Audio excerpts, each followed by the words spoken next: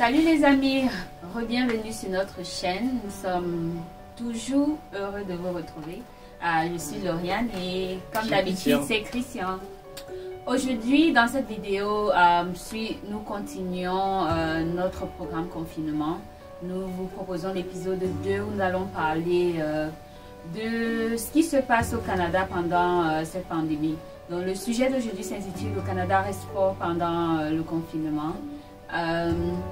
Dans ce programme, nous allons parler de la santé, nous allons parler de l'éducation, de l'emploi et de l'immigration. Donc, si vous avez une procédure d'immigration en cours et vous aimeriez savoir quel est l'impact de la pandémie sur votre procédure d'immigration, ne quittez pas, restez pour la suite.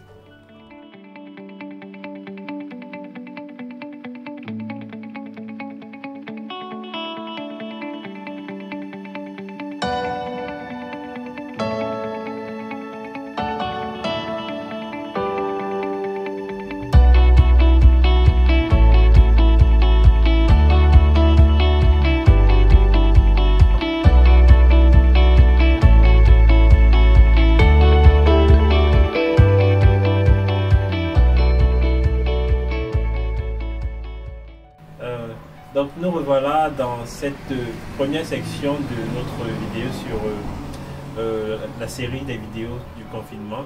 Donc dans cette première section, on va parler un peu de santé, comment la santé est gérée en ce moment au Canada, particulièrement autant pour moi, comment est-ce que les patients Covid sont assistés en ce moment au Canada.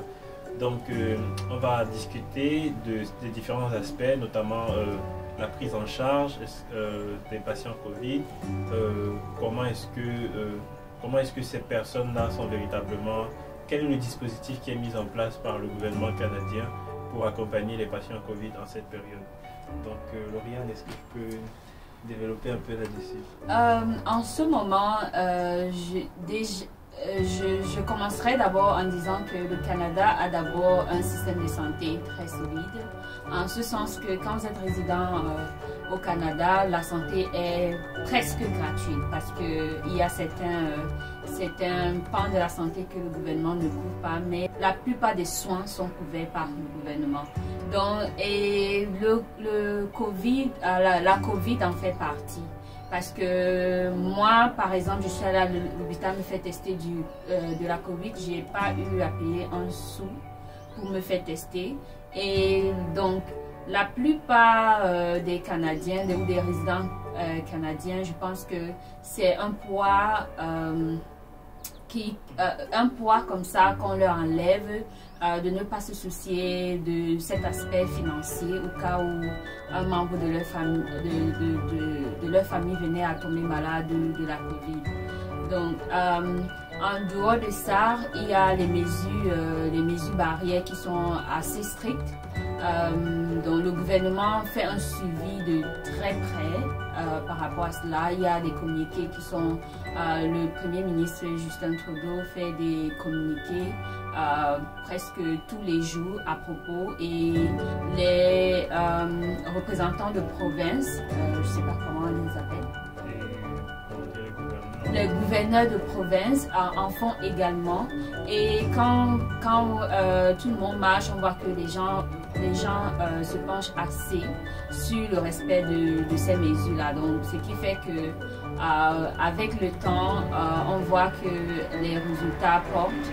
Donc, la preuve en est que nous ne sommes pas encore malades. Donc, c'était juste une façon de rassurer tous ceux qui ont pour projet de venir au Canada ou d'amener leur famille, de se dire, si vous venez au Canada avec une résidence permanente et que vous vous demandez comment est-ce que je serai prise en charge au cas où moi ou un membre de ma famille venait à tomber malade de la COVID, la réponse est simple, le gouvernement s'en chargera. Aussi, il faut rappeler que le Canada se situe quand même parmi les pays au monde avec le meilleur système de prise en charge en termes de maladie simplement. Donc de ce côté, il y a réellement des infrastructures qui sont en place, qui sont disponibles pour prendre en charge les patients, pas seulement de Covid, mais aussi pour tout autre type de pathologie dont peut souffrir tout un chacun simplement. Ok, merci Christian pour cet ajout. Maintenant, on va passer sur le plan de l'éducation. Donc, par ces temps de pandémie, je peux dire l'éducation, elle n'est pas aussi forte qu'avant, mais elle continue parce que la plupart des écoles offrent des programmes, dispensent des cours en ligne. C'est vrai, puisque la plupart ont été pris de coup par la pandémie, ils n'ont pas assez structuré. Peut-être le cours n'est pas assez consistant comme il pourrait l'être physiquement, mais les cours continuent pour la plupart des établissements scolaires. Donc, si vous avez des enfants et que vous venez bientôt au Canada, vous vous posez ces questions. À part le fait que on prévoit la réouverture de la plupart des institutions d'ici 2 mois à 3 mois. Même si ces institutions venaient à ne pas s'ouvrir, la plupart des établissements offrent des cours en ligne, que ce soit pour des enfants ou pour des adultes. Tu as quelque chose à ajouter, Christian? Donc, oui, donc ce que je peux ajouter là-dessus, c'est donc effectivement les cours continuent au Canada, les cours continuent en ligne. Et en cette période, je sais que beaucoup de personnes se posent la question de est-ce que ça vaut la peine de payer pour fréquenter au Canada en cette période où on ne va réellement pas en salle de cours pour recevoir un cours. Mais pour ma part, la réponse est très simple, une fois de plus. Il y a réellement un autre dispositif, un mécanisme qui a été mis en place par le gouvernement et qui est implémenté par les institutions universitaires et collégiales. Donc, il y a véritablement un dispositif pour permettre aux étudiants d'apprendre à partir de chez eux et même d'être évalués. Donc, à ce niveau, il n'y a pas véritablement d'inquiétude à avoir sur la qualité de l'éducation. En ce qui me concerne, je dirais que pour des personnes qui veulent faire une formation qui n'est pas nécessairement technique, donc comme des métiers d'ingénieur ou de technicien, je pense que en dehors de ce type de profil-là, toute autre personne, tout autre apprenant peut véritablement fréquenter sans avoir aucun problème au Canada. Bon, on va passer au volet emploi. On va rappeler que la plupart des résidents canadiens ont pu garder leur emploi malgré la pandémie. Certains, comme les travailleurs dans des restaurants, des bars et certains dans les compagnies de transport ont dû perdre leur emploi à cause des restrictions liées à la distanciation physique. Donc, ils ont dû fermer parce que désormais, les étudiants et les personnes travaillent pour la plupart de la maison. Donc, le gouvernement a pensé à mettre en place un bon nombre de mesures pour accompagner toutes ces personnes qui se retrouvent au chômage en raison de la COVID-19.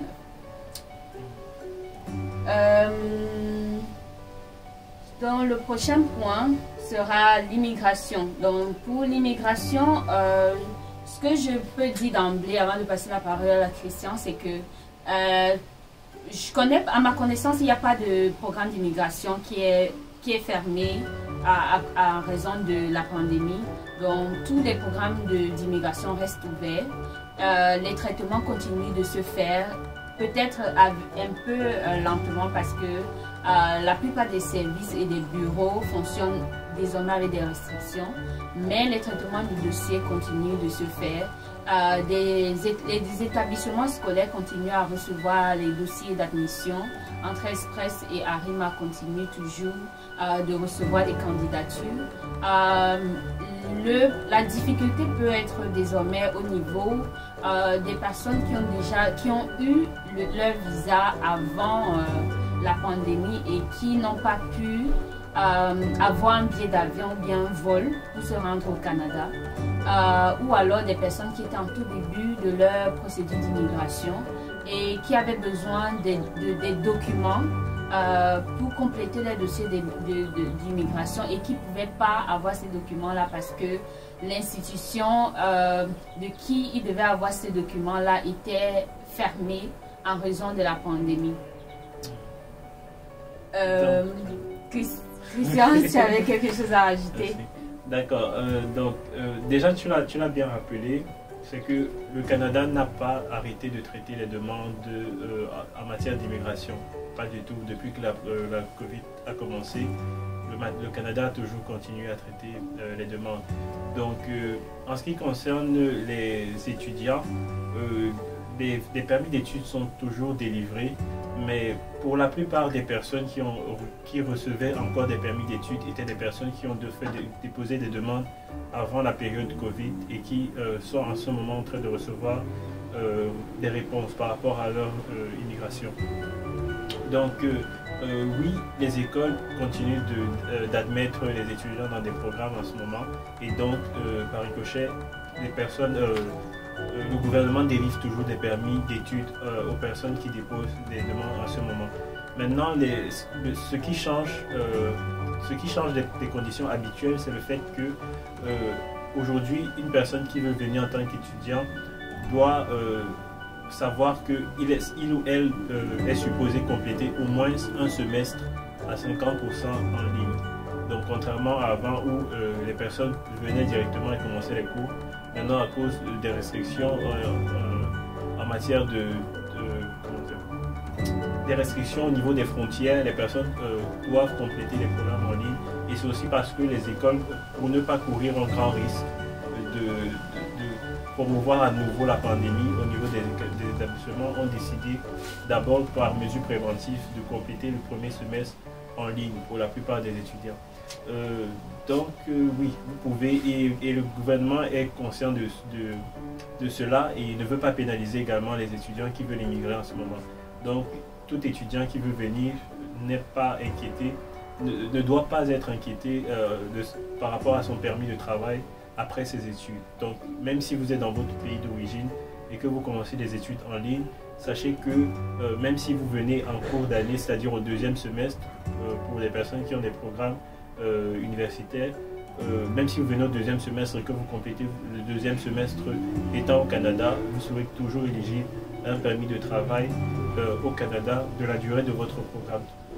Donc, et pour ceux que, je vais juste rajouter, pour ceux qui n'ont pas encore soumis leur demande et qui hésitent parce qu'ils se disent de toute façon il y a la pandémie et tout, les autres candidats ne pensent pas comme vous et vous serez surpris peut-être que quand la pandémie sera passée, que vous voyez que les gens, pendant la pandémie, tout ce qu'ils faisaient, c'est de vraiment se concentrer sur préparer leur dossier de candidature.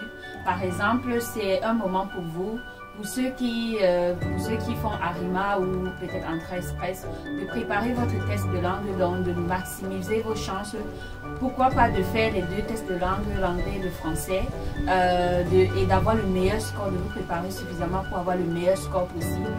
Pour ceux qui qui veulent venir plutôt comme étudiants, pourquoi pas rechercher plus d'écoles et postuler un peu plus. Et surtout, n'attendez pas parce que pour la plupart des écoles, si vous attendez peut-être la fin du confinement avant de postuler, il sera déjà trop tard en ce moment-là parce que dans la plupart des pays du monde, les gens continuent d'envoyer des candidats, les gens continuent d'envoyer leur candidature ou les gens profitent de cet instant de pause dans leur vie, peut-être professionnelle ou scolaire, pour mieux bâtir leur profil et structurer mieux leur candidature pour envoyer. Aussi, je voulais juste rajouter que actuellement, à mon avis, je pense que c'est l'une des meilleures périodes d'ailleurs pour les étudiants pour demander, pas juste pour les étudiants, mais pour toute personne qui souhaite immigrer au Canada en ce moment. Parce que le gouvernement canadien en ce moment est dans une posture où elle a besoin aussi d'argent. parce que pendant un grand nombre de temps, elle a subventionné, donné de l'argent aux personnes. Et en ce moment, effectivement, elle souhaite encore plus de personnes qu'avant. Parce que non seulement elle veut recouvrir, parce que l'immigration génère quand même énormément de revenus au gouvernement canadien.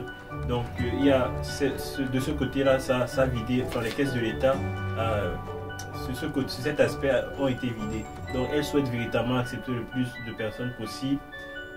Donc elles ont également des mesures, comment dire, elles sont un peu plus souples, c'est-à-dire qu'elles acceptent maintenant des demandes, et même des demandes incomplètes dans certains cas, sous réserve que ces éléments soient fournis un peu plus tard, dans un délai quand même raisonnable.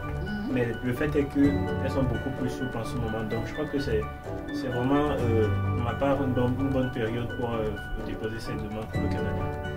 Ok, merci Christian. On espère que cette vidéo vous aurait apporté un plus. Nous vous souhaitons bonne chance pour votre candidature d'immigration. Et n'oubliez pas de vous abonner et d'activer la cloche de notification. Et on vous revoit à la prochaine.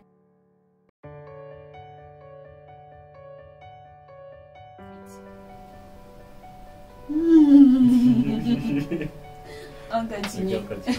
Ça va juste couper, non? Donc, au Canada, en ce moment, donc nous enregistrons. C'est dur. Bon. Santé. Ok, bon, attends, je vais continuer à te dire après, on va débattre dessus. Donc nous revoilà dans cette première section de notre vidéo sur la série. Tu vas tester pour ça.